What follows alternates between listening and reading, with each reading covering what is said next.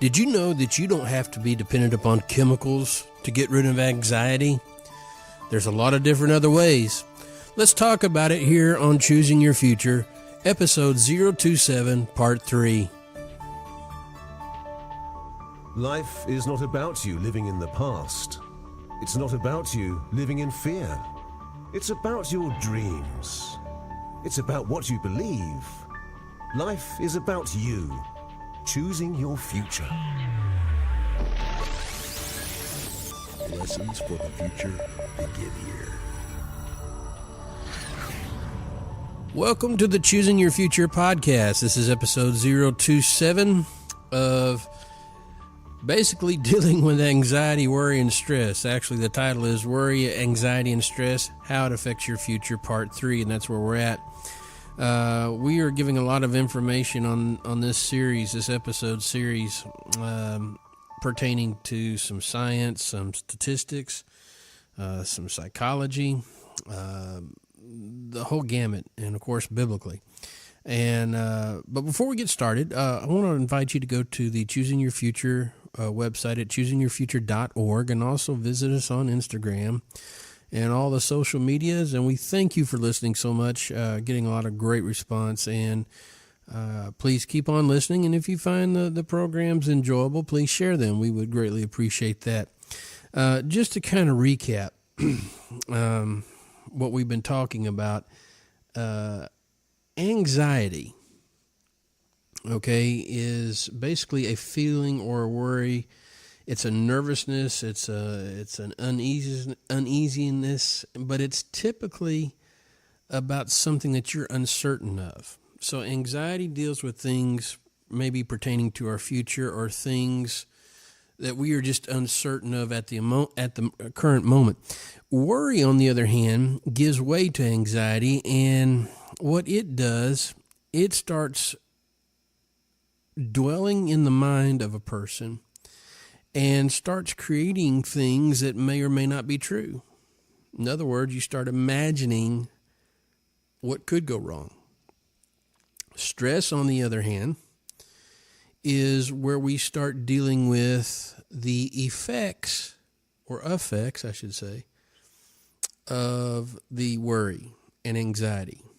Now, this begins to show up in a lot of different ways. It doesn't always show up in the emotions, and it doesn't always show up like, oh my God, there's, where somebody's clenching their fist and gritting their teeth. Actually, it's more subtle than that. Okay. And in the last episode, we talked about a lot of statistics pertaining to where we are at as far as just a nation with mental health and anxiety. I'm going to continue with some of these statistics, and here they are. 65% of North Americans take prescription medication daily. 43% take mood-altering prescriptions regularly. Now, that's a lot. That's almost half of the country is taking some kind of mood-altering drug. Now, let me say this. Whenever we are having to be dependent upon something, okay, that's a dangerous thing.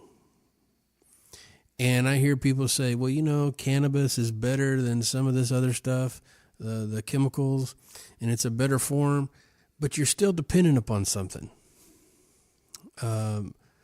There's some people that can't function if they don't have a cup of coffee in the morning. You're dependent upon something. And where we need to move towards as a society is where we're not dependent upon anything that is, how would I say it, that is chemical-based or non-chemical-based, meaning it's a substance of some kind. And we need to be dependent upon a sound mind and sound emotions. That's the sign of true healthiness, okay? And that's a hard pill to swallow because some people, it's just, it's easier to say, well, I prefer this or I prefer that. But when you're dependent upon any kind of substance, you're dealing with an issue. And you're not designed to be dependent upon substances of any kind, whether natural or chemical. You're designed to be sound in your mind and your emotions. And if we're not, then that means there needs to be a healing, or there needs to be a rewiring or a fixing. And sometimes it does take chemicals, substances, sometimes it does, to get us back on track. But for the most part, we should never be dependent upon anything but a sound mind and sound emotions. And that's the whole point. Here's another one. Paxil and Zoloft, two of the more popular anti-anxiety medications, rank 7th and 8th in the top 10 prescribed medications. This one blew me away. Now, this was in 2002, so we know it's gone up. There were over 3.3 billion prescriptions filled in America in 2002, 12 times the U.S.'s population. What that means is there was 12 prescriptions for every man, woman, and child in the United States. When you think about that, that is crazy. That's how much prescriptions. That means people who aren't even on prescription medication, there would be enough to give them 12 prescriptions. Man, woman, and child. Every man, every woman. That's a sign of an unhealthy country. And what this basically is telling us, that due to, number one, anxiety, which is uncertainty, triggering worry, is triggering stress, and it's causing many things to affect our lifestyle and our body. We are worried about the future. I'll get into that in just a moment. I want to read some more of this before we run out of time. Recreational drugs are also used to cope with anxiety. 42% of young adults in America regularly use some kind of recreational drug. Alcohol is commonly used to cope with anxiety. 72% of Canadians consume alcohol each year. 10% of Canadians admit they have an alcohol problem. 70,587 Canadians were charged with impaired driving, according to a CBC report. 25 to 40% of all patients in U.S. hospitals are being treated for complications resulting from alcohol-related problems. That's the Marion Institute. And, you know, if it's not one kind of thing, it's another thing. Now, you may not be hooked on alcohol as far as an alcoholic, and you may not be hooked on Zoloft. You may not be hooked on some other chemicals, drugs, or, you know, any kind of drug per se. But I tell you what, it does. Some people go to eating to deal with anxiety, which explains a lot of obesity. Anxiety is a dangerous thing. There's no doubt about it, because there's something we are uncertain about. We are fearful about.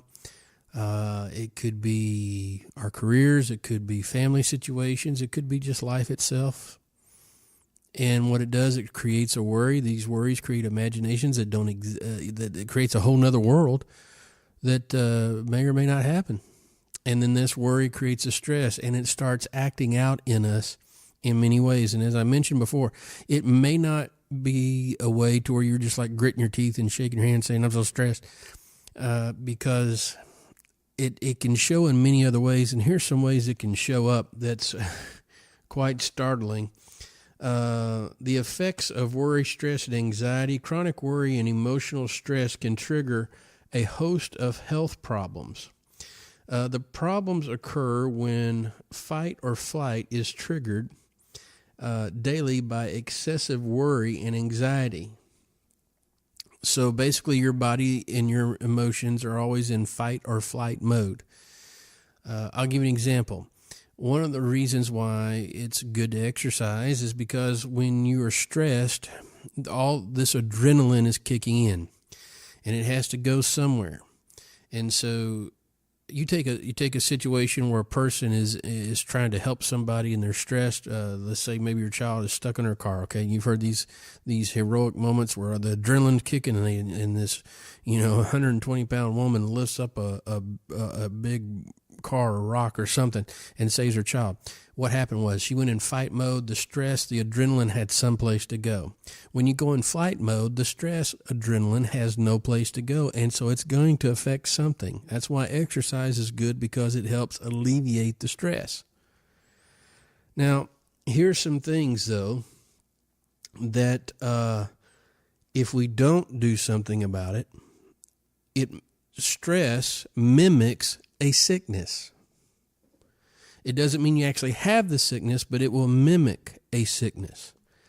And many people are treated because sicknesses are mimicked due to stress. Now, here's some things that can cause stress and cause the body to act out. Difficulty swallowing, dizziness, dry mouth, fast heartbeat, fatigue, heartache or headache, inability to concentrate, muscle aches, muscle tension, nausea, nervous energy, rapid breathing, shortness of breath, sweating, trembling, and twitching. These are just a few things, okay? Just a few things that, due to stress, which is a result of worry, which is a result of anxiety, is affecting our bodies. And again, it's all due to uncertainty. I want to read something, and I've read this a couple of times, but I feel like it needs to be read again or reread. It's in Matthew 6:25, verse 33. And it says, "Therefore I tell you, stop being worried and anxious, perpetually uneasy and distracted about your life." I'm convinced that the biggest issue is we are trying to control our life. And when we don't have control, we're causing anxiety to develop. And this is where we have to start trusting someone greater than ourselves. We may not understand everything about God. We may not understand everything about how he operates. But one thing we do have to come to grips with, that there is a creator that is greater than us, who has set this ball into motion, and we have to trust him. You can't add anything to your life by worrying. As a matter of fact, this scripture even says you add nothing to your life by worrying. You are actually taking from your life. The progression is you have anxiety. You're uncertain about the future. Then you go into worry. You create imaginations of what could go wrong. No proof. And then you become stressed about something that's not even known to be real. Because worry, again, is about creating something in your mind that you think might happen. Now what this leads to, this stress, not only leads to symptoms, and it not only leads to problems, but now it takes us to the next step, which is frustration. And this is where we quit. You weren't designed to give up. There is such a plan for your life. And worry's job is to rob you of that plan. It's to make you think the total opposite of God's future for you. And where anxiety comes in, it wants to rob you of the trust you can have with God, and it wants to rob you of your future. I want to tell you right now, one way or the other, we're going to help solve this problem, because your future is vital to everyone. Thank you for listening to the Choosing Your Future podcast. For more information, please visit choosingyourfuture.org. That's choosingyourfuture.org.